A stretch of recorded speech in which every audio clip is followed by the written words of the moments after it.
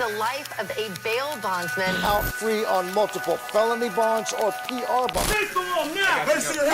Nationwide movement for police and criminal justice reform. For this bond issue, repeat violent offenders.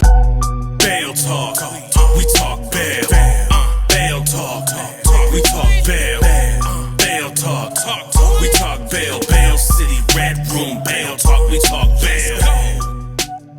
Welcome to another show of Bail Talk.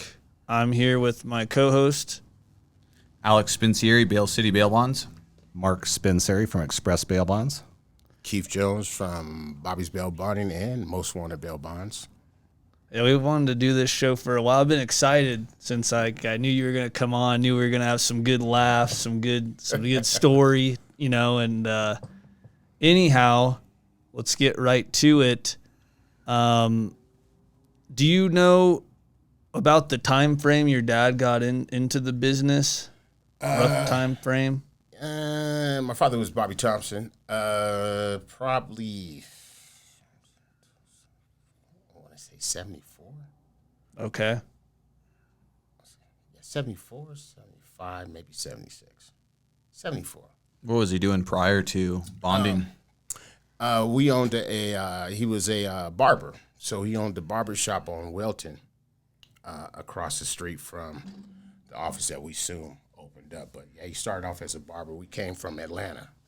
So most of my family came and migrated here after moving here to Atlanta. So, yeah. So you grew up in the bail bond business, technically your younger years. Yeah. It's back in the 70s and early 80s. I started in 1988. You were ahead of me growing up in it with the family business. What was it like back then? I remember, man, we would have to pick Bobby up from the airport. And that's when bail bondsmen would actually do their own bounty hunting too. So picking him up from the airport could be, they could actually bring a prisoner on board on the plane. He'd extradite him himself, basically. Yeah, exactly. So, that was always interesting too. And actually before I even, when you're a kid, you don't pay attention to a lot of that kind of stuff. So, you start recognizing they got handcuffs on and, the shirt is ripped or blood or something like that. And, picking them up from Stapleton at the time, not DIA, but Stapleton. So, I just see a lot of stuff. Yeah, you see a lot of stuff. That's cool. Do you remember anywhere he went specifically to get someone? Everywhere. All over the country. Everywhere. What point did you start writing bail yourself? The 90s was something. Probably I want to say probably 85, like you said. About 1985? Yeah, 85. 86, 85, something like that. I know it was right before my daughter was born. Or prior to Cashmere. Yeah, 85. Did you guys see a lot of, pre-trial release on like PR bonds or anything like that? Or what was it like with that? Like when someone would get arraigned, did you figure like, hey, it's a 50-50 chance that they might get let out for free, or did you? When I first started writing, I was basically just told to go to jail. So, I never really made any court appearances to get time for the judge or to find them or anything like that. I basically was just told to go write the bond, and Bobby would handle that at the time. My father would handle that at the time. So I didn't get more involved in as far as the judicial system, as far as getting time and appearing before the court and blah, blah, blah, blah, until probably 88. Yeah, basically I was just like, man, you need to go to Colorado Springs. You need to go to Pueblo. So, basically that's was, but I didn't really get involved into the wheels, how it runs. So I think the personal recognizance bonds weren't so common back then. I don't remember much of them at all myself, because I remember they'd go to courtroom 12T at the pre-arraignment 1351 Cherokee building. Right. We'd be sitting in our office 1:30, 2 o'clock. The families would all come over and start hitting the offices. You'd get your calls. We'd have our calls and the walk-ins. And, oh, my son needs a $1,000 bond. Oh, I got a $10,000 bond. They'd go to all the offices on Delaware. Yeah, so back then, I really didn't pay attention to the PRs. I know we lost a lot. We had probably 88 or so. I know they're starting to change.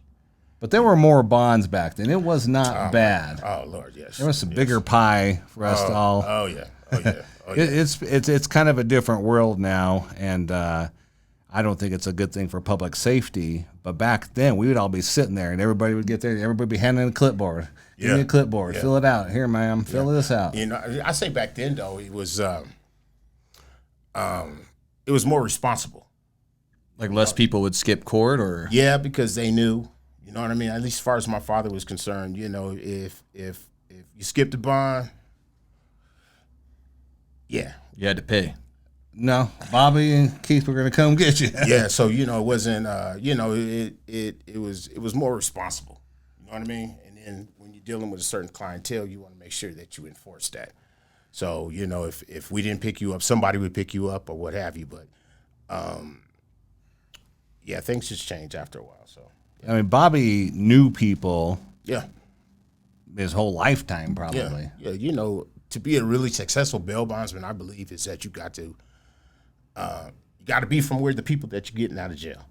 You know what I'm saying? You got to be able to understand them. You know what I'm saying? Then that's where the risk factor comes in, where you know, if somebody should skip a bond or something like that, you know, you can find them at the pig ear stand, or you know, you can find them up and down the point. So you know what I'm saying? 715. Yeah, 715, or you know, they run in Nebraska or Omaha or somewhere. You know, anywhere. You know, it's a close community type of deal. So you have to be able to migrate in there and get that trust. Yeah. How long was he in the business? Your dad? Man, y'all ask me a lot of questions. Boy, let me see. I want to say 30 years at the most. 20 years, 25. Yeah. So, yeah. You guys wrote with Pioneer General? Yeah, we started. Well, as far as, like I say, you know, as a child, man, I didn't really pay a lot of attention. I know that the only insurance company that he wrote for was Pioneer, Gussie Smith, and I believe Cotton. Yeah. Cotton's the son, and Albert Smitty, the husband. Smitty, yeah. I love those folks. Good people. Yeah, and old Miss Shirley.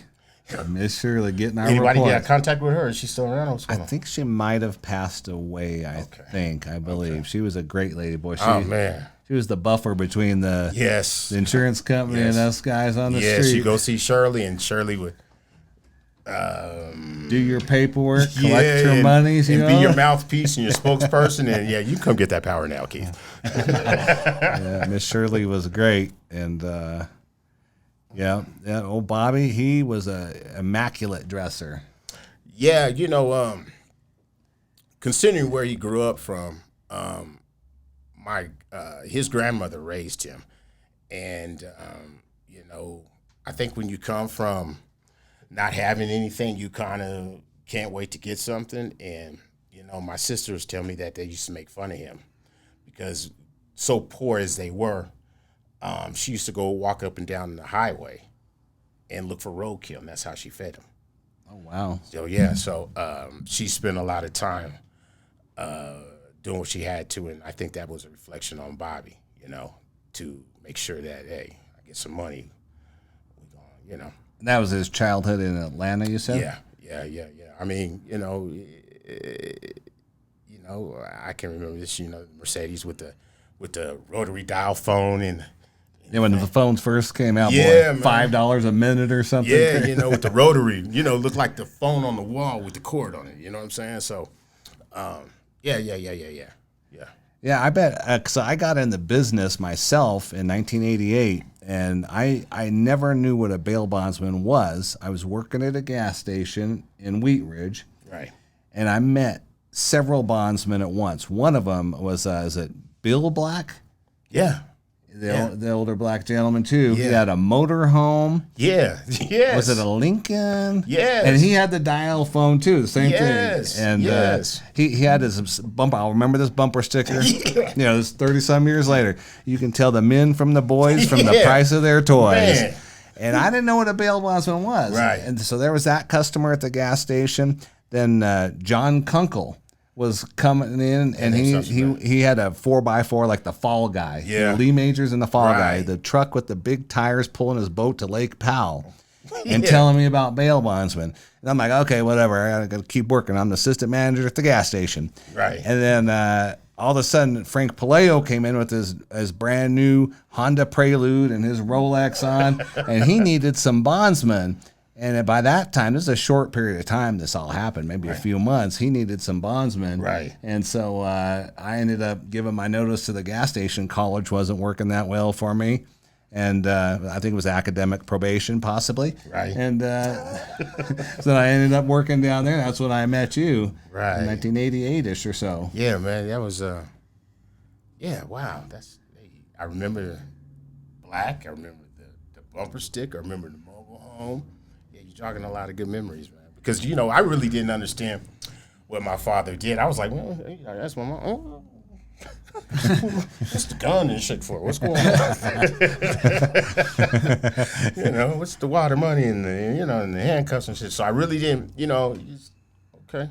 Sounds like it must be good if he's allowed to carry this and walk around. You know what I mean? Yeah. and go to the courthouse with it. You know what I mean? I'm like, okay, well, we're cool. We're on the same team.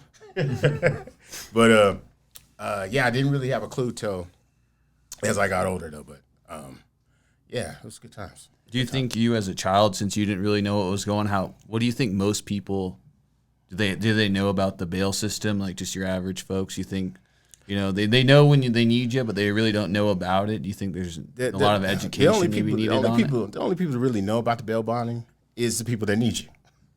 Bottom line to it. Anybody else, I'm sorry, would never tell me more about this bail bond thing. You know what I'm saying? It's the people that need that service, that know that service. You know what I'm saying? The people that need that service learn that service.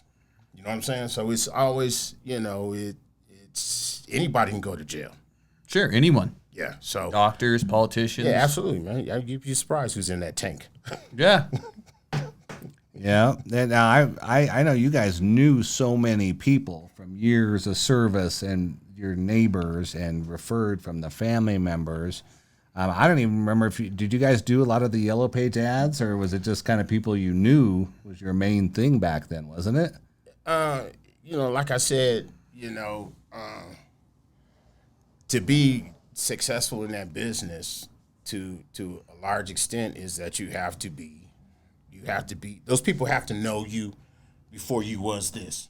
You know what I'm saying? And trust you and believe that you won't tell that. You know what I'm saying? So when you bring, being a bail bondsman is a whole lot of responsibility, because what you're doing is you're getting people out of jail, and you learn a lot of stuff along the way about that. You know what I mean? So fill it out, give me the money, but you do know. You know what I'm saying? So you do have a relationship. So I think that like I said, people that need the service know the service and respect the service. I don't see a whole lot of respect of the service anymore.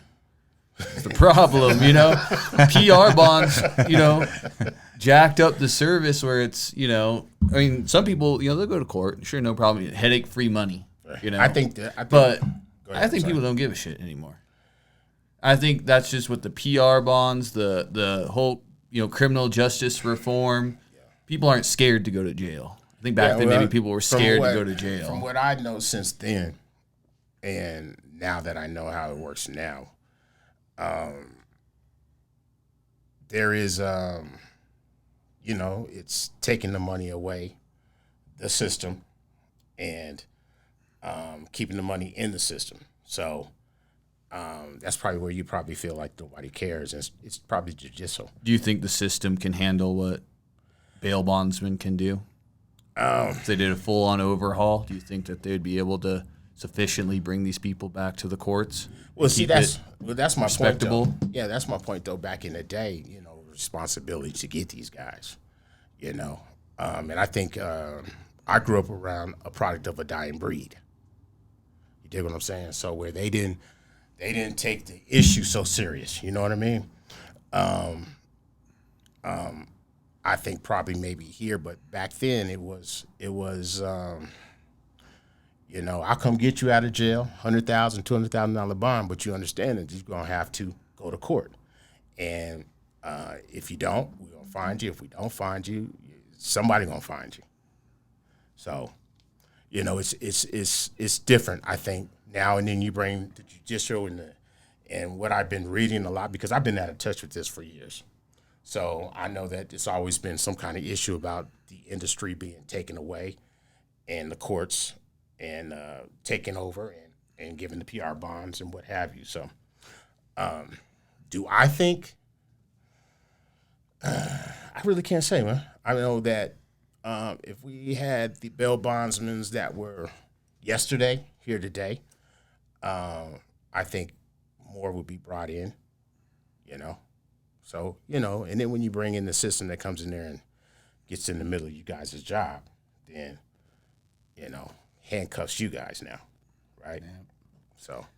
What was the relationship with the judges back then, or did police ever help out on any fugitive recoveries back then if it was going south or sideways, you know? Yeah, dealing with my father, man, you know, it was kind of, you know, it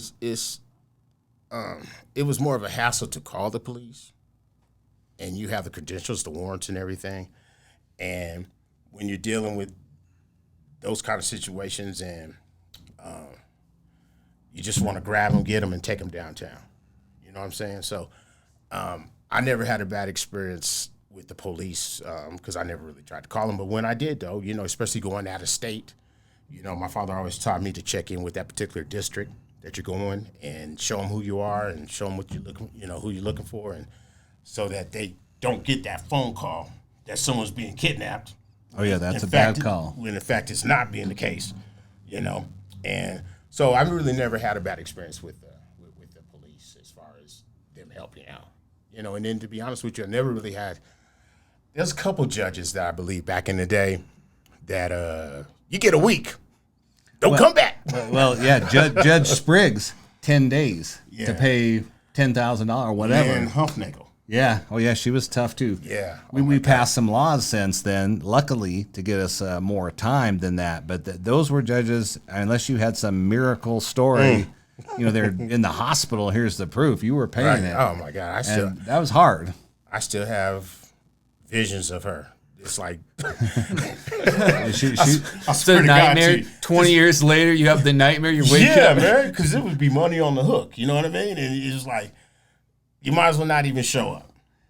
Yeah, because she always entered judgment. There was no immediately, and it would be a week or what have you. So you know, when the question that you asked, when did you have the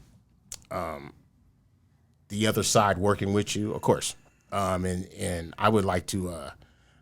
Like John Ritter, who ended up turning to be our governor. Bill Ritter. I'm sorry, Bill Ritter. John Ritter's the comedian. Bill, and then there's Mr. Morrissey, and then there's a couple other DAs that, you know, made it easier to get that time from judges, you know what I mean? Because the judge would go back with whatever the DA recommended, you know what I'm saying? But Miss Humphnagel... Yeah, she was tough. We actually passed a law. I don't know if it was Dave Hyatt got a law passed where you have 126 days automatically. They entered judgment, and then you had it was a total of 126 days. That was a great law. Remember the forfeiture hearings? I got to be in courtroom 186L at 8:30, but I also got to be in courtroom 117C. Yes. Well, I like all I know is the 126, right? But to be respectable in the court and you know, to have that appearance there, I think that's very important. I think that's where we kind of lost touch was, hey, look, we gave this person this much time. They came back with the person. He's in custody, and they did their job. To have that visual for the district attorneys and the judges, I think that's kind of important. Yeah, we lost. You can still get a show cause hearing. It's that effort. It's that effort, and then going in the open court to go ahead and explain to the judge, you know, we need this amount of time, and we're a week from getting this person. The 2 addresses didn't pan out, but we do got some new information as I was walking into the courtroom, and so that communication, that sincerity, you know what I mean, that pays a lot to get them to okay, I'll give you another 30 days, Jones. Well, and they would connect our face. That's Keith Jones. That's Mark Spenceri. Yeah. And he came in, we come in and ask for our time, get 30, 60 days.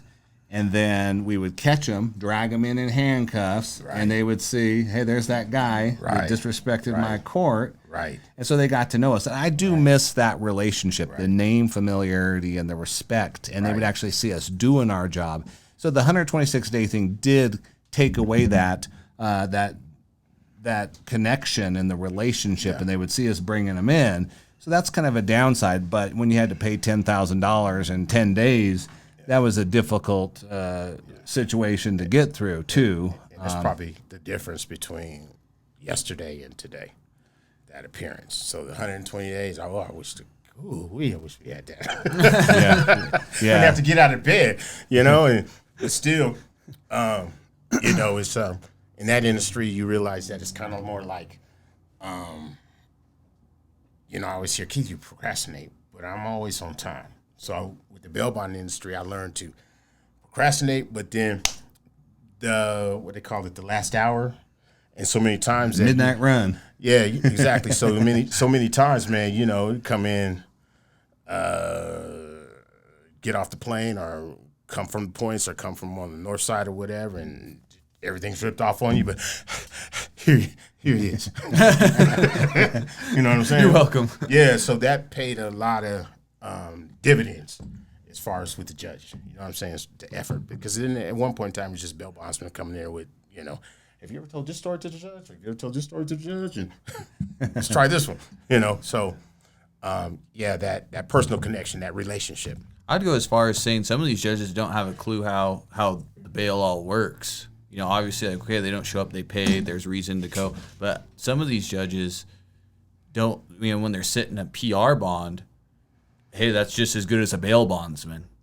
Yeah. I almost think some of them, that runs through their head. Like I said. Not that I'm trying to bash over here, but, I just think there's just the awareness of surety is down the drain. Well, back in, I guess I could say my day, our day, what have you, the judges were lawyers at one time. So the lawyers, before they were judges, had a relationship with the bail bondsmen before they took the bench and became, you know what I mean? Yeah. So, it was, a great friend of a family friend, a lawyer of ours, was Neil Silver, and my father grabbed him as soon as he got out the bar, to file motions and be that spokesperson for our company. So, and at one point in time, he had options to go and do judgmentship or what have you. But it's that relationship, man. So a lot of back in the day, before they were judges, and even before they were DAs, they were lawyers. Yep.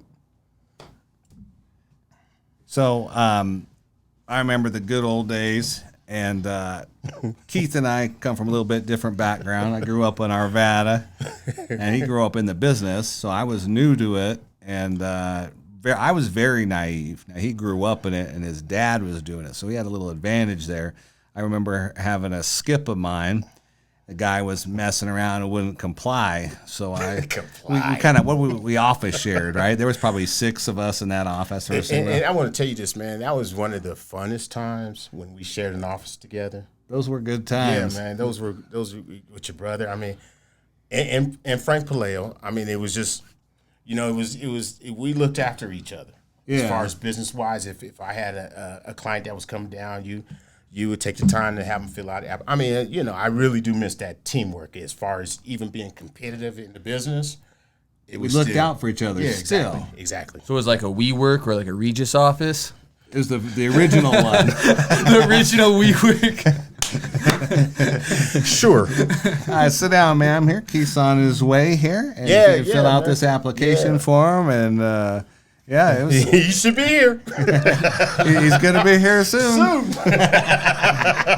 Well, it might have happened once. Hey, Mark, can you just go and write the bond, man? Because I'm just not gonna leave. That might have happened a couple of times, but.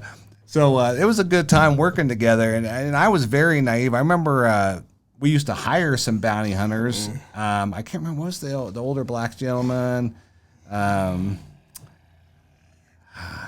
it Bob? Was he a Bob too? Anyway, I hired him a few times, and but I needed to go do my own. That's sort of a graduation as a bondsman. So Keith went with me, and Was this your first arrest? It might have been. I'm gonna tell you, I remember. I think I remember, but there was a few other times where we went and assisted each other. So, yeah. I mean, I do appreciate those times, so man, because it was a lot of fun. Yeah, I was naive, and thank God Keith, with much more experience and years of dealing with people, when you're taking someone's freedom from them and you got to arrest them, that's a different thing. Yeah. And he went with me and taught me some things. I was letting a guy go to his bed to get his medicine, and Keith's like, you can't let him go over there because he could grab his gun and shoot you, and then you're dead. And I was 20, 21, or whatever I was. I was young. And I'm like, that's a good point, because some people have a gun on their headboard. And I learned you got to keep control, and you don't let people just mosey around and get to wherever they, grab a knife, a gun, a baseball bat. Yeah. You got to keep the control. And his cousin, taught me about just being assertive. He was talking about going to a family picnic or the backyard picnic. Those are the worst. And you're taking cousin, whatever, Stevie out. Stevie. Those are the worst, though. Barbecues and nightclubs. Oh, yeah. And even coming and taking somebody out of the home, because it seemed like there was only one person to answer the door, and the commotion starts, and next thing you know, there's 10 people that come out. The cockroaches. Yeah, man. So, it's yeah. And I got to say this, though. I rode a lot on just my father's reputation. They knew who he was. So I got a lot of pass on, you know what I'm saying? Like, oh, that's Bobby's son, But then I started to learn that there's some of them that just don't care. You know what I'm saying? And so the mistakes that I told you about were no different from the mistakes I was taught, but I made those too. You know what I'm saying? So, like I said, nobody want to go downtown. Yeah, but thank God you were there for me, and you guys taught me some stuff.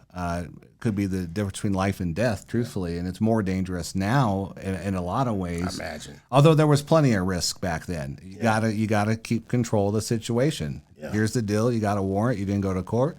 Get the cuffs on them. You don't let them mosey around and grab things to kill you with, possibly, or run, which isn't that good either. So I'm grateful. It was a good learning experience. Frank, that got me in the business, didn't teach me that. He wasn't much of a bounty hunter, right.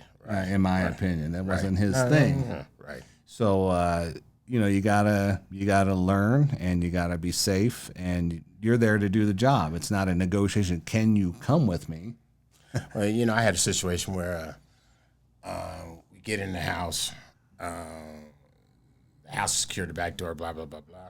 And he says, can I say bye to my mom? And you figure, yeah. That's his mom. Yeah. At the same time, he's coming close. She's pulling out the pistol, too. You know what I'm saying? She done sat in the lazy boy, quiet. You know what I mean? And so when he said, can I say goodbye to my mom? She's getting ready to twist him over, and she pulls a pistol out. You know what I'm saying? So, what you're saying is, you can't take any chances on. You just want to get out. Cuff them up and go. Go. Smash and grab. Go. And I keep the loved one between me and the mom. You're gonna shoot your son, lady. Yeah, she pulled that motherfucker out. I was like, what? You know how to work that thing, lady? Yes, she did. She pulled it out like she knew what she was doing. Watch a little bit of Lethal Weapon or something. Yeah. So we shut that shit down. But anyways, it was it was back to that. You have to, and it's no different from yesterday to today. Your safety's out there, and you got a wife and a son, and you know what I mean. You have to really pay attention to people out there. You have to be aware of what's going on. Yeah. You can't just be tunnel visioned on that. I mean, you got to keep your wits about you for sure. I mean, everyone, and just get in, get out, and book them, and call it a day. And thinking back in the day, my my father would grab a guy, snatch him up, take him to jail. And, it'd be a $50,000 bond or whatever. And, of course, the guy would go to court. And the bond would be risen. They'd raise the double bond. it up or whatever. And Bobby said, man, go write that bond. He's like, that motherfucker ain't going nowhere, Keith. He ain't going nowhere. Do you remember his line? I've been knowing him a long time. Yeah. That's the cloud. That he is knew it right there. You probably see him at the Safeway at 20th. That is so true. I've been knowing him for a long time. I know the family, Keith. Just go right to the bond. I'm like, Mom, what? What? We just went out of town to get him. We'll bounty him again, probably. We got to get that money, kid. Come on. I'll never forget that line either. And he did know him. I mean, if you know someone, you know they're a mess up. You know they're not going nowhere. Yeah. You know what I mean? And that was probably the biggest thing was the procrastination. Because the last hour you would wait and, hey, Keith, hey, man, you want to ride? Yeah, come on. And going over to this motherfucker's house. He been there for like 2 weeks, man. He don't know I know. Come on, let's go. I mean, there was so many tricks of trade that Bobby would do as far as we had the office on the point. Everybody knew that he was a big fisherman. So on the House of Monaco, we had the boat that was parked out there. So when people realized that they knew that he was out of town, they skipped the bond. They knew by the boat being gone, we're fishing. So now they're active on the points. Walking around? Yeah, man. They walking around like everything's good. So we take the boat, man, and park it, at another property or whatever, and then go ahead and wait till when it gets popping down there. And and so many times, man, I used to hear him say, people say, hey, man, I thought you went fishing. You need the bumper sticker, gone fishing. Yeah. My boat disappeared, didn't it? Yeah, you thought it was okay. It was so many little tricks and things to shake the tree, I guess you want to say. Get them relaxed in there. Yeah, man, don't worry about it. You get the show cards or the forfeiture in the mail. Yeah. Oh, man, don't worry about that, man. That's all, yeah. You better got that. So it would be,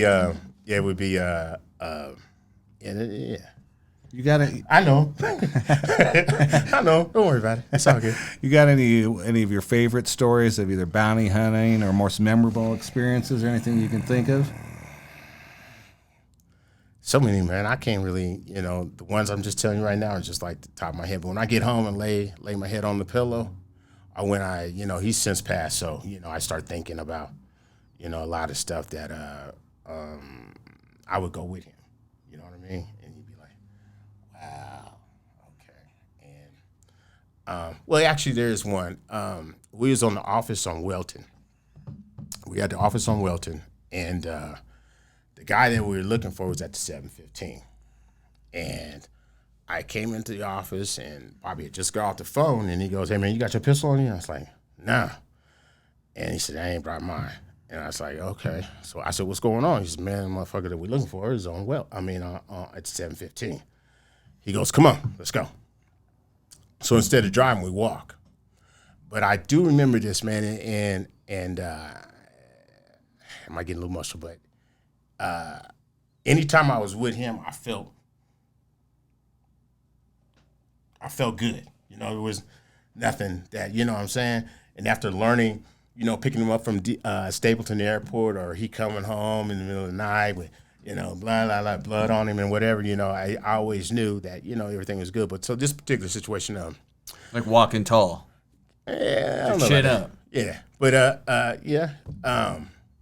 So he says, come on. So we got to the 715, we stopped.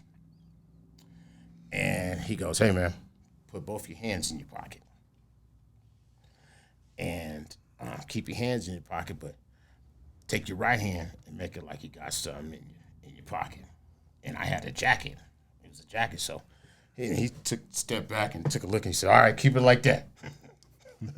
Keep it like that. Keep that energy just like that. And we came in there, and he had got a call from a guy that was in the bar. Hey, Bobby, you're looking for, he's right here.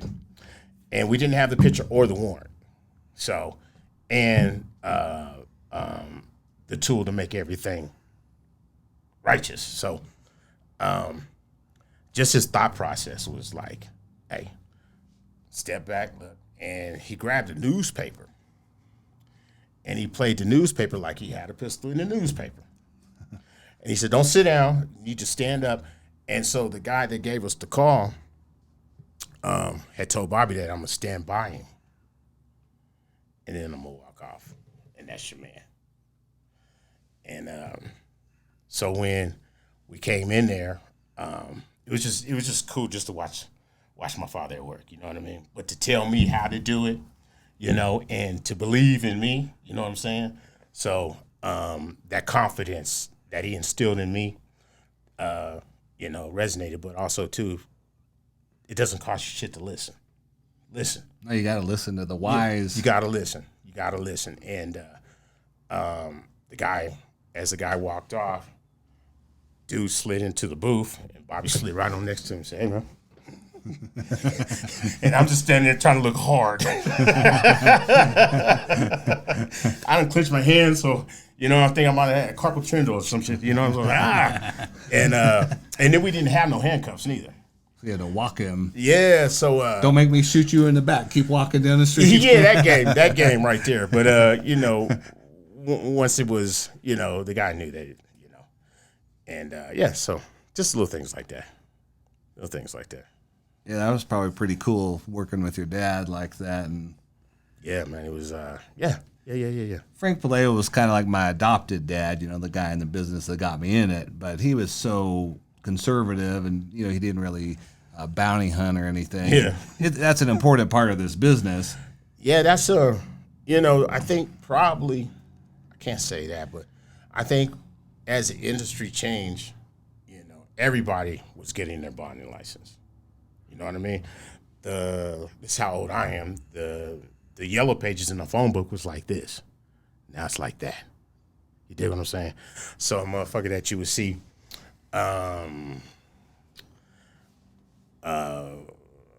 whatever job he had, you know, people always thought that it was, you just sign your name. So I seen a lot of bail bondsmen come and go. You know what I'm saying? Because they thought that it was just about signing your name. And they didn't understand the other responsibility. You know what I'm saying? So with that being said, like you've lasted, boy, 34 years. Wow. See what I'm saying? So you got that, you know what it's all about. And so you've seen them come and go.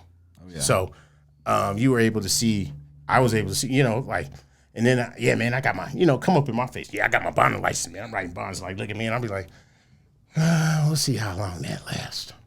Run back into him again. What you doing, man? How's the bail bond? Oh, I'm working at FedEx now. Okay, thought so. Yeah, I mean, it used to be like a family birthright to get into it. Nah, not so much a family birthright, but just the responsibility, man. To if you get them out, or you're gonna pay a lot of money. And you're gonna pay a lot of money, and a lot of people didn't have that kind of money in their reserves or whatever. Or we was blessed to have money in reserve, but blessed to have people like us, the Gussies. You know what I mean? Pioneer General. You know what I'm saying? They kept us, you know what I mean? But knew that, hey, you write the check, we write the check, don't worry about it. You're going to get your check back. You know what I'm saying? As opposed to just getting irresponsible and not respecting the game.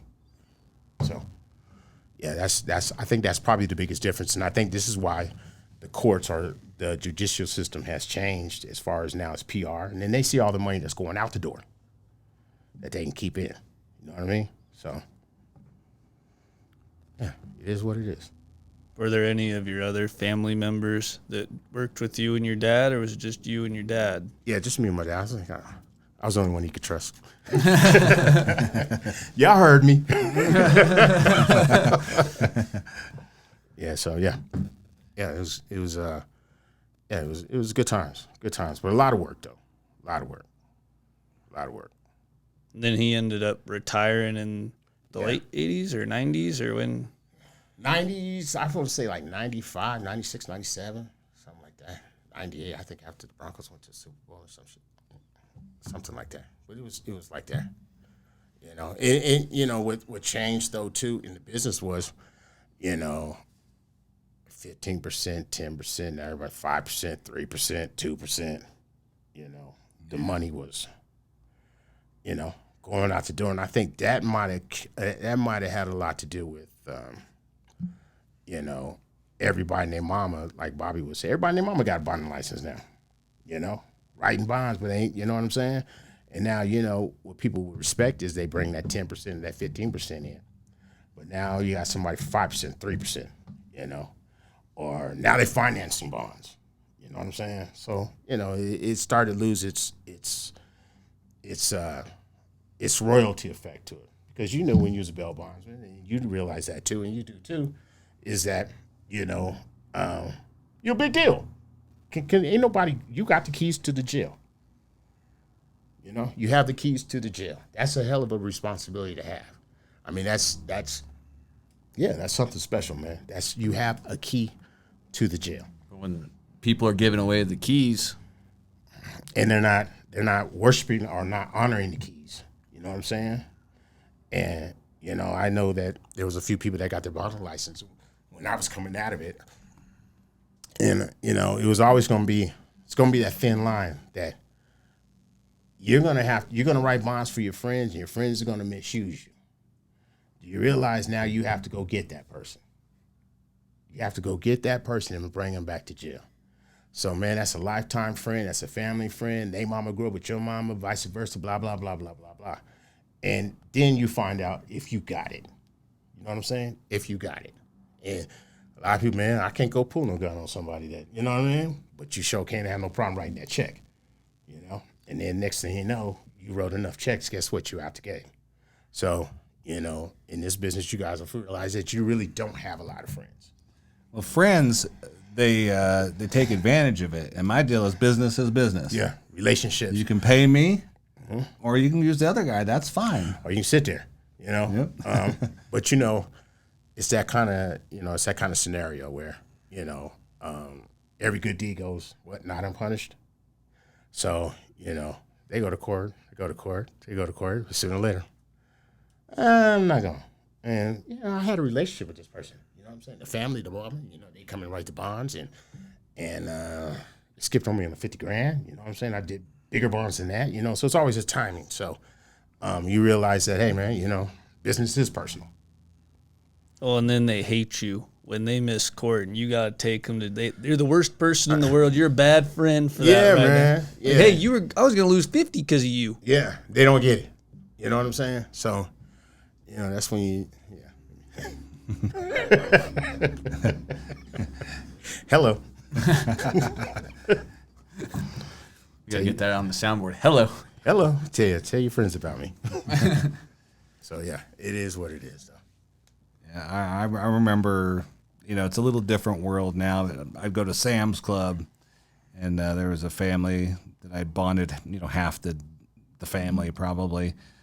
See the guy at Albertsons down there in Alameda and Broadway. I'm like, oh, hold on, we can't go into Sam's Club. Come on over here and help me cuff this guy. Yeah, you know, and that's one thing too. I got out the business because I got married, and you know, and it's a lifestyle. Of course, you know that. You know, it can pull you in and suck you in. You know what I'm saying? Because there's many times I've been with girlfriends or whatever, and you know, be at King Super Safe, we were just riding down the street, and it could be somebody that you put in jail that wants to test you now. You know what I'm saying? You got to say, hey, hold on for a second, let me handle this, or you know, they come with that energy, or hey, go sit in the car, because never mind, just go sit in the car. And you know, bring my handcuffs, and there's, you know, and I got to go arrest somebody. What? Yeah, it's not made for every woman. Yeah, baby. I need you. What I need you to do is drive. Drive the car. I'm in the back seat. But I didn't know you had to. Yeah, this is part of the deal. So, you know, yeah. So you know, it's a lifestyle. It's a lifestyle kind of. You know. Do you miss it? Be honest with you, no. Yeah, you got a different thing going now. No, I don't. I don't miss it.